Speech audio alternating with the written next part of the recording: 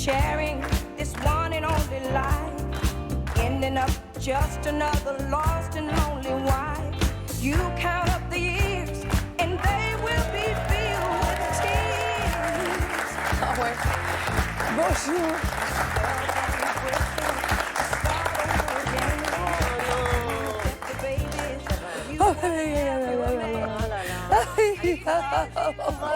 Non, non, non. Il y a une émission, Agathe. Oh non, Sarah, je ne pourrai jamais. Je chiale, mon Dieu, je chiale. Bon, je vais me remettre. Bonjour tout le monde, bienvenue dans Bel et Bien Ensemble. C'est une émission qui vous fait du bien. Alors là, vous vous dites, mais pourquoi elle pleure? Eh bien, parce qu'on va parler de ça dans quelques instants. Je suis avec Sarah Cadour et Arnaud Loquet. On s'est remaquillé, on s'est mis bien, etc. Il y a le public, évidemment, qui s'est remis aussi. Alors, donc vous avez compris qu'on va s'intéresser aujourd'hui aux larmes, mais les larmes qui nous font du bien, voilà. Quand on a une contrariété, quand on a une frustration, quand il y a un événement triste et que l'envie de pleurer apparaît, bah parfois on s'y autorise, quand on est seul, surtout, quand on est à l'abri des regards, mais dès qu'il y a du monde, bah on a tendance à se retenir. Vous voyez le petit menton là qui tremble, etc. C'est horrible. Donc on ravale ses larmes, même quand on sent qu'elles feraient du bien. Alors pourquoi pleurer? Ça reste difficile à assumer en public. Et puis que disent les larmes de nous? Comment apprendre à les accepter pour plus de bien-être? Et puis pourquoi on pleure aussi? On va répondre à toutes ces questions tout au long de l'émission. Au programme, pourquoi certaines personnes, en revanche, ne pleurent jamais quand d'autres ont les larmes aux yeux à la moindre occasion? On a suivi Ingrid depuis l'enfance, elle pleure hyper facilement. Aujourd'hui, elle a appris à apprivoiser ses émotions pour, comme elle le dit, pleurer moins, mais pleurer mieux. La nature fait toujours bien les choses. Alors pourquoi est-ce qu'on est doté de larmes? Quel avantage physiologique est-ce qu'il y a à pleurer en public? La chirurgienne ophtalmologue Marie Séminel nous révèle tout de cette mystérieuse fonction de notre corps. Vous allez voir, c'est passionnant. Et puis évidemment, Stan Gusman sera avec nous pour une chronique qui nous déculpabilise, qui nous fait réfléchir aussi. Et Louise Brion, notre chef préféré, nous partage une recette qui risque de faire couler plus d'un mascara. Vous verrez. Et puis en attendant, pour découvrir pourquoi pleurer nous apporte bien-être et réconfort, j'ai invité notre expert de la psychologie, Ilios Kotsou, qu'on accueille tout de suite.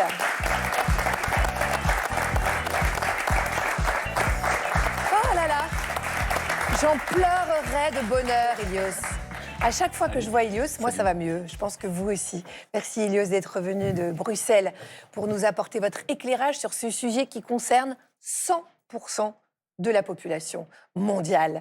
Pourquoi pleurer? Est-ce que ça peut être finalement, Ilios, la preuve d'une grande force et je dirais même d'une grande maturité? Alors ce matin dans le taxi, j'ai interrogé le chauffeur.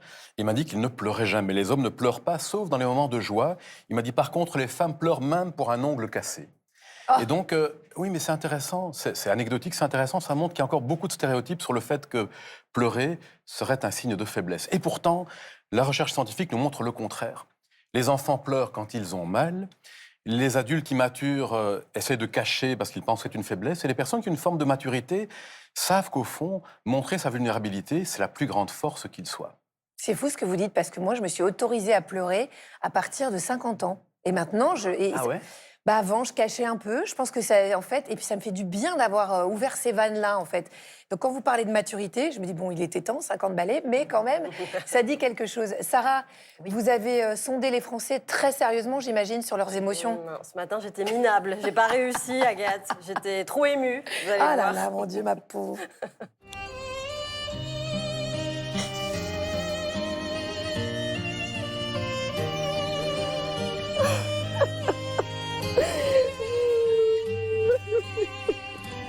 Bon, on peut y aller. Allez, respire. Bah oui. Qu'est-ce qu'il y a, Agathe? C'est horrible parce que c'est le mouvement de cheveux de la jeune fille qui est tellement mal pour vous que je ne sais plus quoi faire. Oh mon Dieu. Dans le public avec nous, c'est Mélissa. Alors Mélissa, vous avez un magnifique sourire, je vous regarde depuis le début de l'émission. Vous autorisez pas à pleurer, que ce soit en public ou en privé. Et en fait, ça remonte à l'enfance, certainement comme beaucoup, je pense. C'était une injonction où on vous disait « reste forte, baisse pas ta garde ». Et donc aujourd'hui, vous vous autorisez même pas à pleurer quand vous avez mal, voilà, quand vous souffrez intérieurement. Et vous aimeriez comprendre ce que ça fait de pouvoir pleurer, d'être pris dans les bras et de tout lâcher.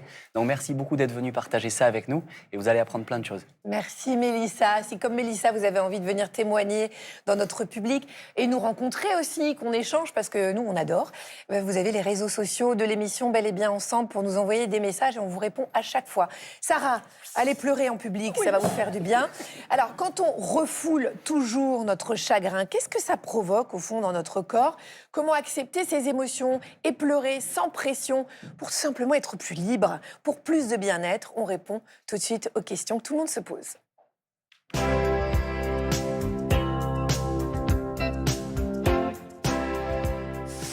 Sarah, vous n'êtes pas trop émue d'être Avec vous, si. non, avec ce public merveilleux. Et eux ne sont pas trop émus d'être avec la meilleure équipe d'Europe de l'Ouest, Ouais, la ils meilleure sont émission du surtout- PAF Ils également. sont surtout très émus par votre pull. Ah oui Très beau. Il est magnifique. Ce rouge vous va très bien, n'est-ce pas, les amis? Oh, pleurez pas, pleurez pas. On va pleurer un bon coup pendant le micro-trottoir, tiens. Allez, venez, viens. La dernière fois que vous avez pleuré, c'était quand? C'était, je crois, hier ou avant-hier. Hier soir. Je pleure pas beaucoup. Ouais, je suis quelqu'un qui relativise énormément les choses. Est-ce que vous pensez que c'est bien d'être sensible? J'ai pendant longtemps pensé que c'était justement une faiblesse. Mais en fait, être vulnérable, c'est une force. Une personne insensible, pour moi, elle est inhumaine, en fait. Ou pas, parce que moi, Ouais. moi, je suis pas sensible, par exemple. Ah, Moi, je pleure d'accord. pas. Vous pleurez. Bah, je trouve que ça nous Bah, permet la de se honte. sentir. Ah non, non, c'est la honte. C'est la honte.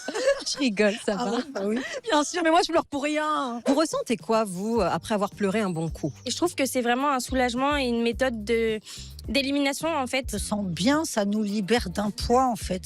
Ça nous permet de redescendre. Selon vous, qui a la larme facile, plutôt les hommes ou les femmes? C'est vrai que nous, les femmes, on est beaucoup plus émotives, on va pas se mentir. Nous, il y a les hormones qui cogitent un peu tout le temps. Encore une fois, ce sont les femmes, car les hommes, depuis qu'ils sont petits, Ouais. on leur dit faut être fort. Le père de famille, c'est le guerrier, c'est le chasseur. Donc les hommes cachent beaucoup leurs émotions. Faut se laisser aller, messieurs. Ouais. Hein, ne retenez pas vos larmes. Quelle chanson vous émeut à tous les coups, vous? Le Titanic. On va l'écouter un peu. Ouais. Hein.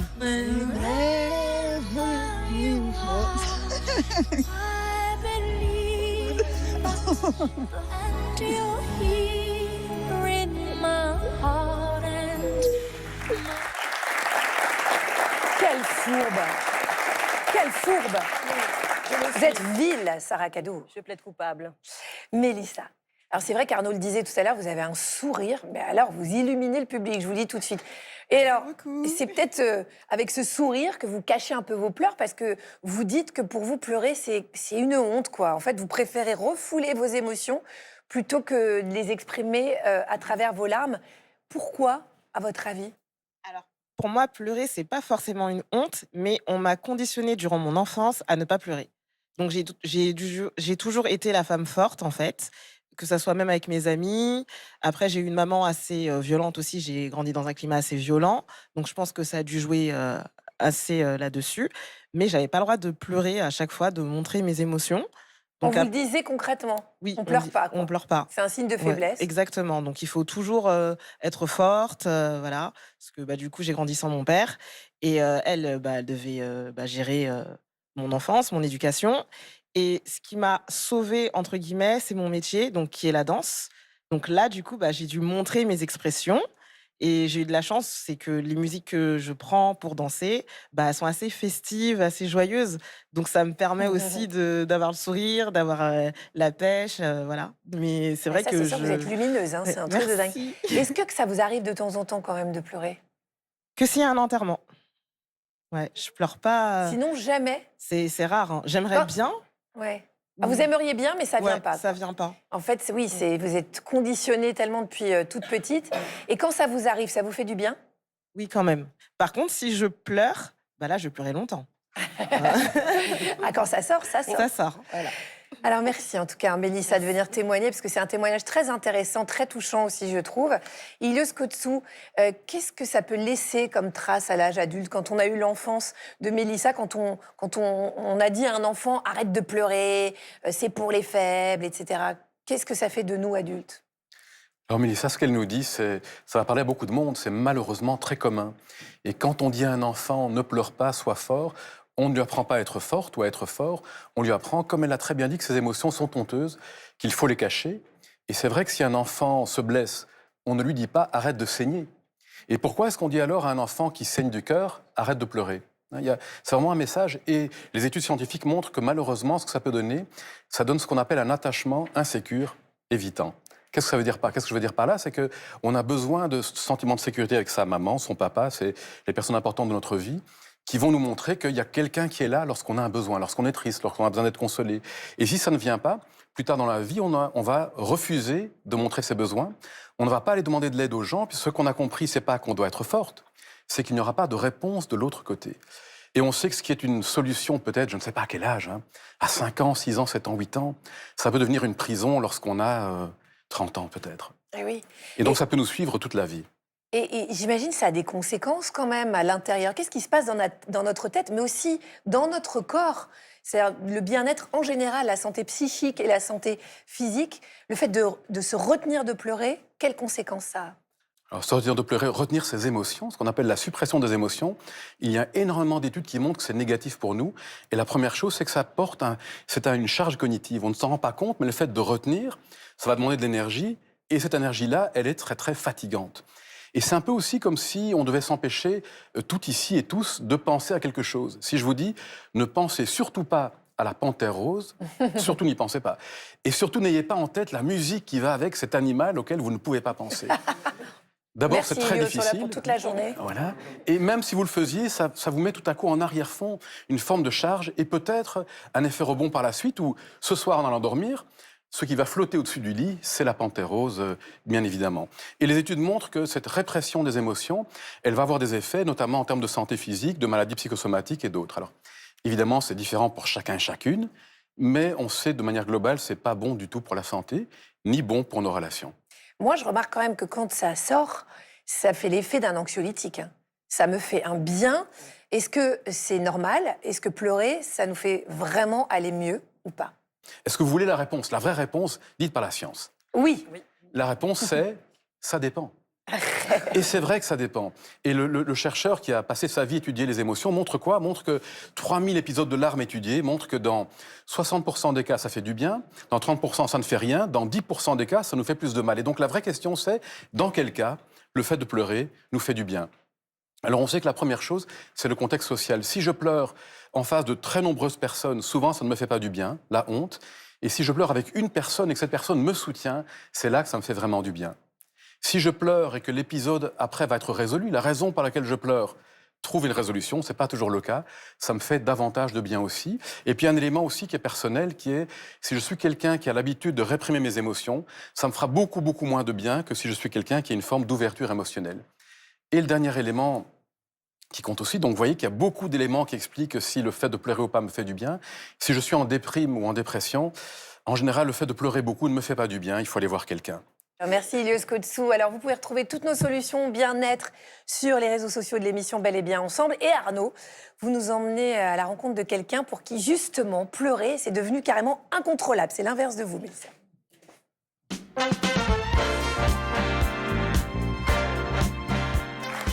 Donc on est tous d'accord, vous nous avez tous rassurés là-dessus, pleurer ça nous fait du bien. Mélissa, on retient surtout pas les larmes le jour où elles arrivent.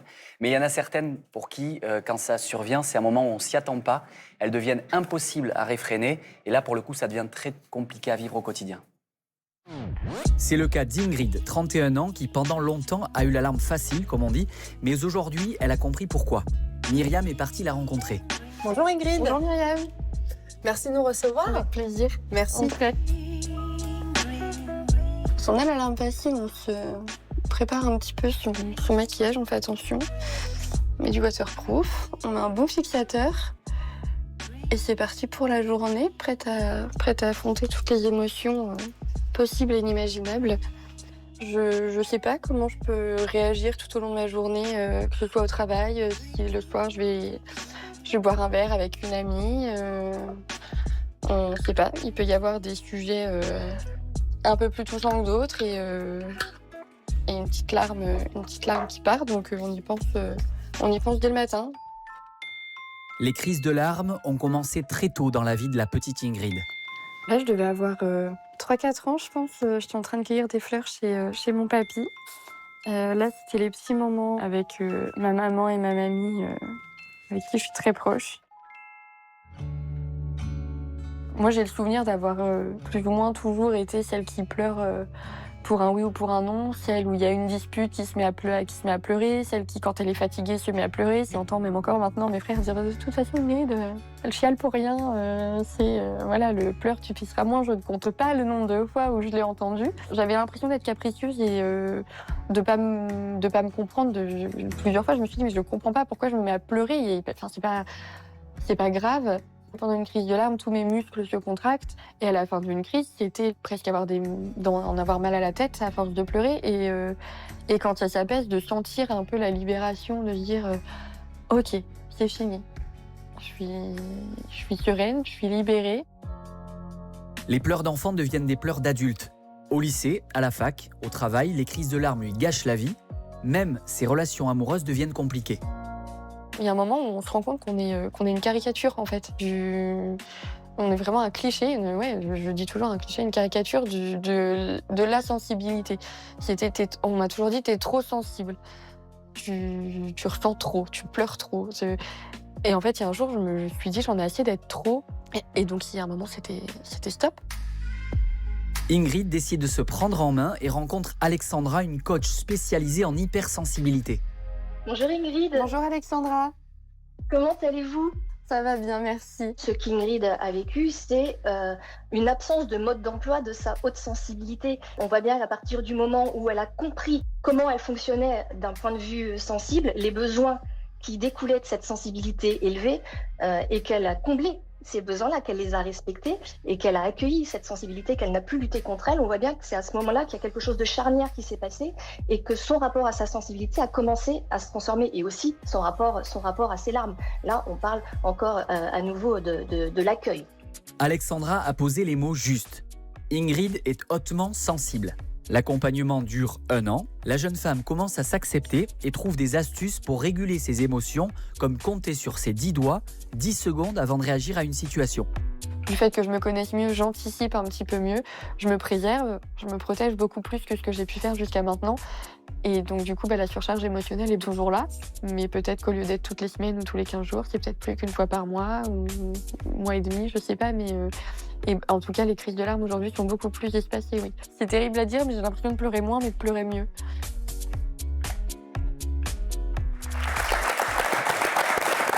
Moi, je suis extrêmement touchée et admirative des gens qui pleurent facilement. Je trouve qu'on est sur Terre pas longtemps et qu'on est là pour ressentir des émotions. Et tant mieux si on les exprime. Et puis on le voit à l'air. C'est pas beau ce que je viens de dire. Là, vous me donnez. Bon, c'est super, Agathe. Ah oui, je le fais pleurer, mon Dieu. Quand on voit sa banane, on se dit heureusement, elle n'a pas arrêté de pleurer. Elle a surtout arrêté de se battre contre ses larmes. Et en fait, elle a mis des mots sur cette sensibilité. Elle a compris que ses émotions, c'était pas un défaut, c'était pas une faiblesse. C'est juste un langage à apprivoiser. Merci beaucoup, Arnaud. Il paraît que les hommes pleurent moins que les femmes. Je l'entends, il n'arrête pas de parler. On n'entend que lui dans les coulisses. C'est Stan Gusman qui va nous prouver le contraire et qui arrive tout de suite. Dans la vie, faut pas s'en faire. Moi, je ne m'en fais pas. Ah bah alors, mon bébé. Je suis désolé. Ah bah désolé, non. Agathe. En fait, ça y est, j'ai décidé de laisser couler mes larmes. Je suis devenu un homme sensible, qui chouine de pitié devant la calvitie d'Arnaud. De sensibilité en écoutant du Vianney, c'est trop beau, les textes sont incroyables. Ou de tristesse quand je regarde Bambi avec les chasseurs là, qui tuent la maman. Mais c'est vraiment nécessaire dans le scénario, ça? On en a bien besoin? Non. Pardon Agathe, mais j'ai enfin ouvert les vannes après des années à retenir mes larmes et j'en avais gros sur la patate, vraiment. Depuis que je suis petit, on me dit un bonhomme ça pleure pas, pleurer c'est pour les mauviettes. Et moi bêtement, j'ai cru que pleurer c'était un truc de bonne femme. Pardon Agathe, je m'en veux. Je comprends. Vous êtes pardonné. Je suis bête. Bah oui, mais ça fait des siècles qu'on me bassine avec ça. Mention spéciale à Napoléon, l'empereur de la masculinité. Avec lui, toute forme de sensibilité s'efface. C'est à cette époque que naît la figure bourgeoise du père de famille autoritaire. Pour résumer, on doit donc à Napoléon le code civil, mais aussi le code viril, qui veut que les larmes émotionnelles soient réservées aux femmes, aux enfants, tout au plus à ces babtous fragiles de poètes romantiques de l'époque. Tout homme surpris à pleurer est alors soupçonné de faiblesse morale, voire crime suprême à l'époque. D'efféminement, on disait ça en ce temps-là. Oui, dis donc. Le cinéma hollywoodien du XXe siècle, avec ses figures ultra testostéronées comme John Wayne, j'y arrive pas, James Bond ou Clint Eastwood, finira le travail. Le souci avec cette virilité toxique, c'est qu'à force de ravaler leurs larmes, des générations entières de mecs ont transformé leur tristesse en colère et leur peur en agressivité. En fait, un homme qui ne pleure pas, C'est un homme qui consulte pas de psy. Ou plus concrètement, qui veut envahir le Groenland et tous les États socialistes d'Amérique du Sud qui ont du pétrole. Entre nous, si ce gars-là avait appris à chouiner un bon coup, on n'en serait pas là aujourd'hui, car pleurer, c'est une régulation émotionnelle indispensable. Dans les larmes, il n'y a pas que du cortisol, l'hormone de l'irritabilité, qui s'évacue, il y a aussi un peu de la connerie humaine. Donc c'est pour ça qu'il faut pleurer, chouiner un bon coup. Et j'aimerais pleurer d'empathie avec vous, Agathe. Oui. Est-ce que vous pouvez, s'il vous plaît, me raconter les symptômes de votre ménopause? Histoire que je... Alors, je transpire, je trompe mes draps, je suis triste. J'ai des crises d'angoisse abyssales. J'ai l'impression que France Télé me regarde plus. Oh là là, non, arrête. Peut-être même qu'ils vont me remplacer. Oh non, jamais. Si j'ai des questionnements comme ça, j'ai C'est perdu horrible. beaucoup de cheveux. Mais c'est horrible d'être une Ma femme. peau est flasque. C'est horrible. Ouais. Arrêtez, c'est trop Et je peux dur. même plus faire d'enfants. Ah non. Si, je vous assure. Au revoir, Sam. Voilà. Ça lui fait du bien. Bon, j'ai un peu exagéré parce qu'on a bien compris que pleurer, ça fait du bien. Merci, Stan Gusman. Sarah, il y a une question dans le public. Oui, c'est Florence qui a une question pour Ilios. Oui, je me demandais, une fois qu'on a pleuré, qu'est-ce qu'on peut faire concrètement pour transformer ces larmes en un état de bien-être et de véritable apaisement? Plusieurs choses de manière très simple. La première chose, c'est accueillir, comprendre et puis agir. Alors accueillir, pourquoi? Parce qu'on sait dans les études que le fait que ça nous fasse du bien, d'abord il faut un soutien social, mais ça prend 90 minutes. Les personnes se sentaient bien qu'après 90 minutes. Donc il ne faut pas vouloir directement se sentir bien, mais prendre le temps, laisser le cycle des larmes faire son chemin, s'apaiser, et peut-être aussi se parler comme nous parlerait notre meilleur ami. De quoi est-ce qu'on a besoin après les larmes? C'est d'avoir du réconfort. S'il n'y a pas quelqu'un qui est là, on peut être nous-mêmes notre meilleur ami pour ça. C'est la première chose. La deuxième, c'est comprendre. Une fois qu'on a laissé le temps, comprendre, ça pourrait être par l'écriture. Alors on sait que les larmes viennent souvent dire ce qu'on ne sait pas dire nous. On ne sait pas mettre de mots sur quelque chose. Une fois que les larmes sont passées, on peut justement mettre des mots sur ce que les larmes ont ouvert. Et donc il y a un chercheur, un James Pennebaker, qui a passé sa vie sur le sujet et qui a montré que prendre 10 à 15 minutes, 3 fois sur la semaine pour noter, tiens, mais qu'est-ce que mes pleurs expriment? Qu'est-ce qu'il y a d'important pour moi? Mais sans se censurer, sans réfléchir, vraiment laisser sortir tout ce qu'il y avait là. Ça améliore la santé, et même la santé physique. Il a montré dans une université que il y avait moins de visites chez les médecins suite à l'écriture émotionnelle. Et donc, voilà, les gens se sentaient mieux. Alors, j'avais dit 3 éléments. Hein. Oui. Et le troisième, c'était agir. Et agir, ça voudrait dire, tiens, au fond, une fois que j'ai compris un petit peu ce qui se passe là, qu'est-ce que je peux faire, au fond, pour me faire du bien? Si j'ai compris que je me sentais seul, est-ce que je peux téléphoner à une copine? Si j'ai compris que j'avais besoin un petit peu de temps de repos, qu'est-ce que je peux mettre en place dans ma vie pour prendre soin des besoins que mes larmes ont révélés? Je sais pas pourquoi, moi, ça va pas mieux, vous, au public? Non, mais c'est un truc de dingue. Là, j'ai l'impression que je suis dans un hamac et que vous me bercez quand vous parlez. C'est le bonheur. Merci, Ilios Kotsou. On s'est intéressé aux conséquences psychologiques des larmes, mais concrètement, comment est-ce qu'elles fonctionnent, ces larmes? Qu'est-ce qu'elles contiennent? Et surtout, pourquoi est-ce qu'elles sont essentielles pour notre bien-être et pour notre santé? Pour répondre à toutes ces mystérieuses questions sur notre corps humain, j'accueille le docteur Marie Séminel.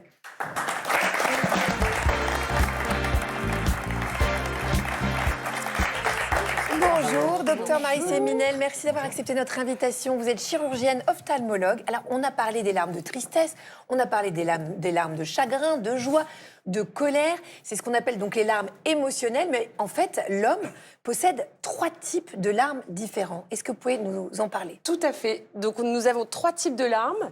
Les larmes basales qui sont produites en continu, qui permettent de lubrifier la surface oculaire et protéger les yeux surtout des infections. Les larmes réflexes, qui sont plutôt produites en réaction à une agression extérieure, le vent, la fumée, une vapeur toxique. Ça, c'est pour typiquement les protéger, oignons. alors, l'œil. Pour protéger. C'est vraiment une réaction de défense qui sont fabriquées depuis des millions d'années par les vertébrés, certains reptiles, plusieurs espèces différentes. En revanche, les larmes émotionnelles elles sont vraiment spécifiques à l'homme. Les animaux, eux, ne peuvent adopter que certains comportements. Ils ne peuvent pas pleurer, ils peuvent aboyer, adopter des postures d'agressivité, mais ils ne peuvent pas pleurer.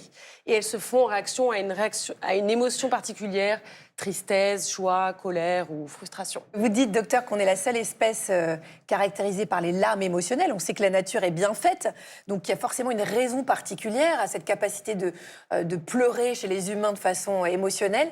Pourquoi est-ce qu'on a cette capacité? Ça sert à quoi? Donc l'hypothèse principale selon les chercheurs, c'est que donc, la composition des larmes émotionnelles, elle est différente. Elles sont beaucoup plus visqueuses et donc plus visibles parce qu'il y a plus de protéines, plus d'hormones et il y a moins de phase aqueuse dans les larmes émotionnelles. Et ça a surtout un rôle social, en fait, d'appel à l'aide. Ça sollicite nos semblables, nos pairs, pour avoir donc une compassion, de l'aide de nos semblables. Et il y a aussi un autre facteur évoqué, donc un facteur plutôt individuel de retour au calme pour une soupape psychologique. Ça active, en fait, les pleurs sont plutôt associés à une respiration saccadée, des expirations plus longues. Ça active le nerf vague, qui est un grand acteur du système parasympathique. Le système parasympathique est le système... on va peut-être rappeler le système sympathique, qui est le système nerveux qui est lié au stress, dont on a besoin aussi. Système parasympathique lié plutôt à la relaxation. Exactement. Donc ça baisse la tension artérielle, ça ralentit le rythme cardiaque et ça permet un certain retour au calme. Chialons, ça va nous faire du bien. Merci, docteur Marie Séminel. Arnaud, vous nous proposez une activité bien-être dans votre Happy Therapy? Pour bien chialer. Ah.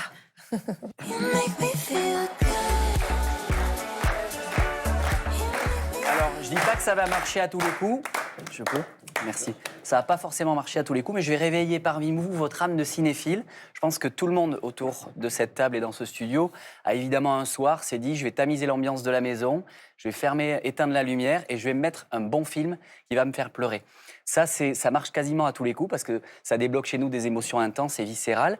Alors, le conseil bien-être du jour, si je peux tout vous dire, c'est mettez-vous un bon film et pleurez. Moi, pour ma part, quand j'ai vraiment envie de pleurer tranquillos, écoutez, je mets ça.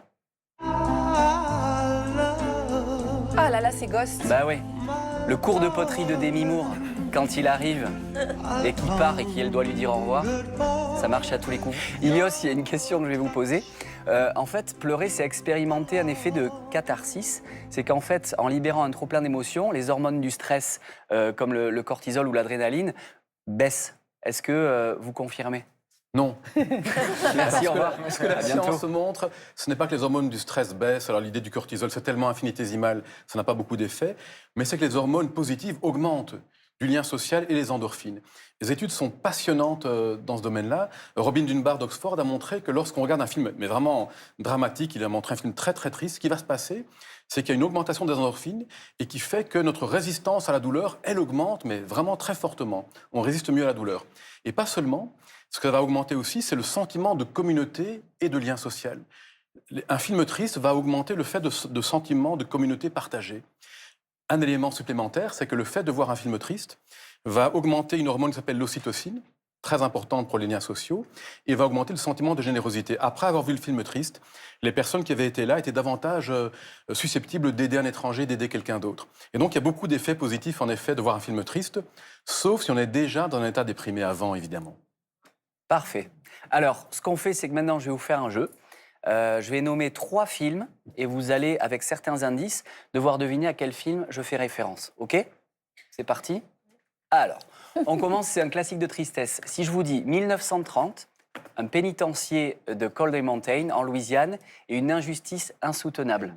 La ligne verte. C'est la ligne verte, c'est gagné. J'avais un autre indice, mais c'est trop tard. Si je disais Tom Hanks et Stephen King, vous m'avez tout cramé. Donc, La ligne verte, il est sorti en 2000 en France. Il est réalisé par Franck Darabont. 4 nominations aux Oscars, quand même, c'est pas mal. C'est une adaptation du roman de Stephen King. Je vous le dis si vous ne l'avez pas vu, c'est l'histoire d'un gardien-chef d'une prison d'État, qui est joué par Tom Hanks, évidemment. Rencontre dans les années 30 John Coffey, c'est un gros colosse à la douceur enfantine. Il est condamné à la chaise électrique pour le meurtre de 2 fillettes. Si vous ne l'avez toujours pas vu, c'est bouleversant d'humanité.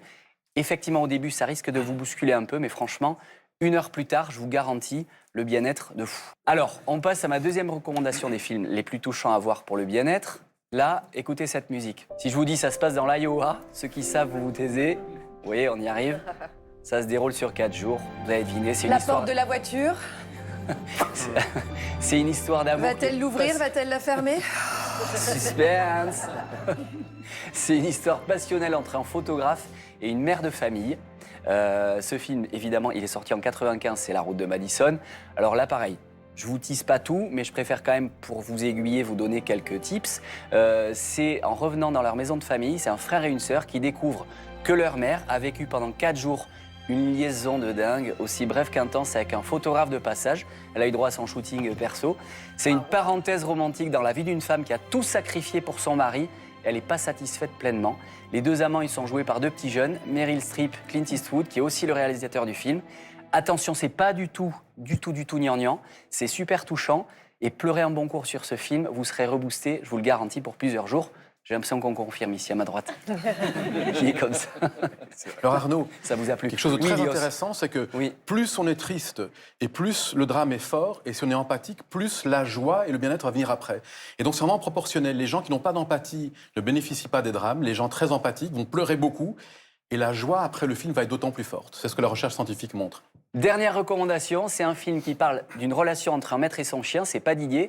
Si je vous dis une gare, une longue attente, est-ce que vous avez une idée? Eh bien c'est ça, Hachi. Hachi, réalisé par le Suédois Lasse Hallström. C'est inspiré d'une histoire vraie, c'est ça qui est hyper intéressant. On suit la relation naissante entre un professeur de musique et son chien qui deviennent tous les deux inséparables. Chaque matin, c'est hyper mignon, le chien accompagne son maître à la gare où il prenait son chien, et il retrouve son train. Chaque soir, l'animal venait le retrouver naturellement jusqu'au jour où Parker, qui est le maître, qui est joué par Richard Gere, ne revient pas. Oh non, non, non. Ouais, je vous laisse imaginer la suite. Non, ça c'est pas possible. Ouais, Non. ouais.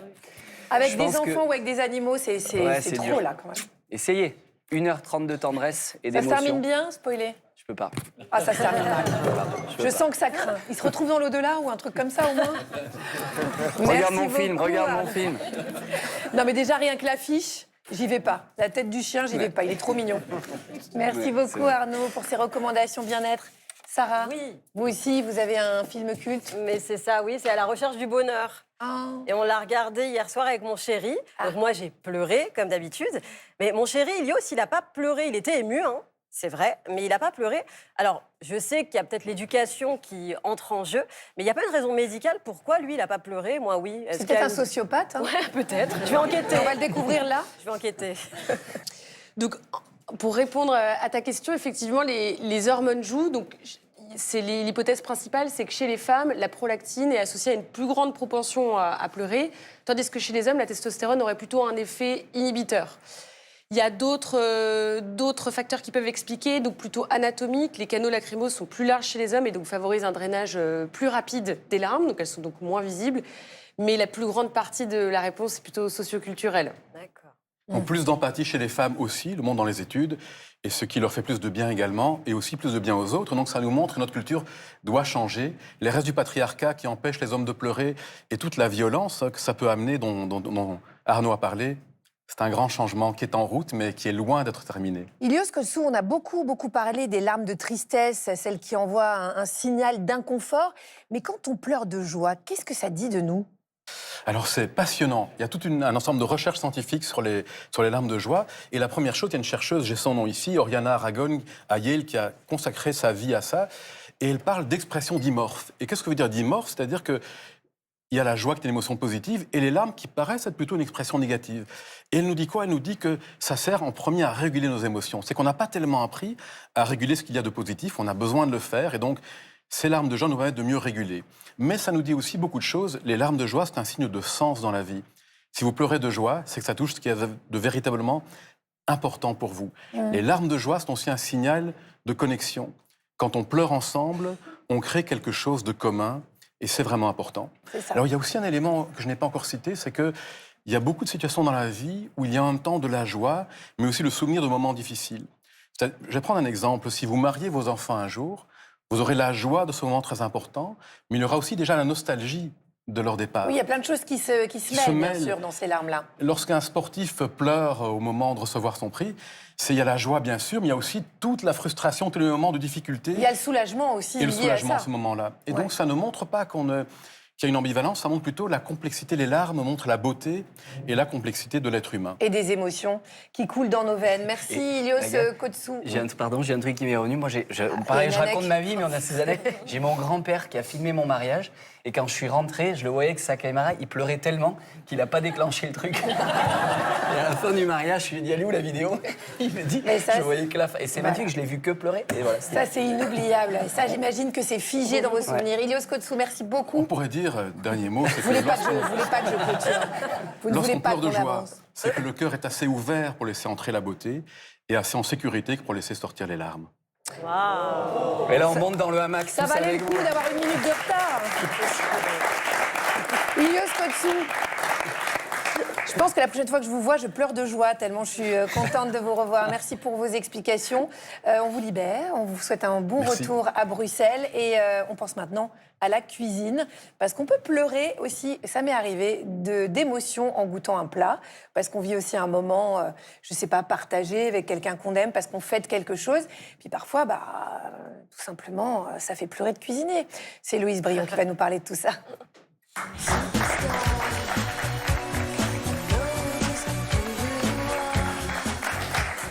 Alors Héloïse, ça va bien? Bonjour Agathe, très bien. Bonjour. Et vous? Vous pleurez souvent? Vous pleurez souvent? J'adore pleurer. C'est vrai, vous adorez pleurer? Ah, j'aime pleurer. Une musique, quelque chose que je vais voir sur Internet, je sais pas, j'adore pleurer. À la fin d'un livre. Les petits contes sur les chats. Oui, je suis comme vous, les petits chatons. Alors aujourd'hui, vous nous présentez une recette qui est très très risquée pour les yeux sensibles. Je vous préviens, c'est toujours du bien-être évidemment, mais ça peut nous faire pleurer pour de vrai. Oui, aujourd'hui, je vous ai préparé une tarte aux oignons. Et j'ai réussi à ne pas pleurer grâce à une petite technique que j'ai pour protéger mes yeux. On la veut, cette technique, je vous en supplie. Alors, déjà, il y a la technique que vous connaissez avec les lunettes de piscine ou les masques de plongée. Moi, je fais avec mon masque de ski, là, comme ça, énorme. Exactement. Il est dans ma cuisine. Sinon, on peut mettre... Alors, moi, une autre astuce que j'aime bien, c'est mettre son oignon 10 minutes au congélateur avant de le découper, de l'éplucher et de le découper. Ou aussi de le placer dans l'eau froide et de le couper dans l'eau froide avant de l'émincer sur une planche. Donc, Arnaud, moi, je vous ai préparé une boîte de mouchoirs aussi, parce que vous allez le couper. Ah ouais, je vais avoir la technique, en chef, quoi. Mais Agathe, je vous donne un bac d'eau. Ouais. Ah oui, on va voir la différence. Un oignon, et vous allez voir la différence. Donc, je le trempe combien de temps? Juste vous comme mettez ça dedans, vous découpez je le découpe quand même, En fait, ça va faire que le gaz irritant va pas vraiment... ça va limiter l'évaporation. Parce que moi, en plus, je suis très, très sensible. Hein, donc, si je pleure pas, c'est vraiment que ça marche. Voilà. Alors, attention. Après, on va s'en servir. Hein. J'adore les oignons rouges. Je vais les mettre dans ma salade. Hop. Regardez-moi ça. On sent l'habitude. C'est vrai, moi. Attendez, je me rapproche. Je me rapproche. Arnaud, un Kleenex? Ça arrive, ça arrive. Vous coupez si finement, hein, Arnaud? Ah bah moi, dis donc, ça va vachement bien, ça fonctionne. Ben ouais. J'y croyais pas du tout, je vous faisais pas confiance. Bah voilà, je m'en veux. Voilà, toujours me faire confiance. Mais c'est un truc de dingue, ça marche très très bien, dis donc. Vous avez pleuré de joie, d'émotion. Oui, c'est ça. Tout à coup, je me transforme en chef. Arnaud, ça arrive. Alors pourquoi je suis en train de pleurer? C'est bon, peut-être demander au docteur, peut-être. Heureusement que j'ai mes lentilles. Alors, donc, quand on coupe un oignon, on écrase les cellules de l'oignon et ça libère, en fait, ça met en contact des cellules du légume avec des enzymes et ça provoque la libération d'un gaz très toxique, volatile, qui agresse en fait les cellules épithéliales et qui provoque un larmoiement réflexe. Non mais là, il y a un problème, hein, Héloïse. Justement, tout va bien. Mais il se passe rien, je pleure pas, c'est fou ça. Mais vous venez de changer ma vie, quoi. On sent un petit truc quand même, mais ça va. Moi, je te rassure, je le sens pas. Ça limite vraiment. Quand même. Non, mais... Et donc, alors, on va à la recette quand même, parce qu'on voudrait savoir comment on prépare cette tarte à l'oignon sans pleurer. Alors, moi, je trouve que déjà, c'est très important de faire sa pâte maison, comme toujours. Donc, on va mettre de la farine, de la fleur de sel, du poivre et du thym frais. Du beurre du beurre. On mélange tout ça. On rajoute un petit peu d'eau. On malaxe bien, puis on la met un petit peu au frais. Pendant ce temps-là, on épluche nos oignons et on les coupe. On va les mettre dans une cocotte avec un petit peu de beurre. Oh là là, ça me plaît déjà tellement. Oignon rouge obligatoirement? Moi, je fais un mélange. J'aime bien oignon rouge, oignon jaune, je mélange de tout. La pâte à tarte, je la mets 5 minutes au congélateur parce que le beurre, sinon, est un peu fondant, donc comme ça, elle se fixe bien. Et ensuite, on va mélanger de la crème avec des œufs, un petit peu de cumin. On met ça de côté.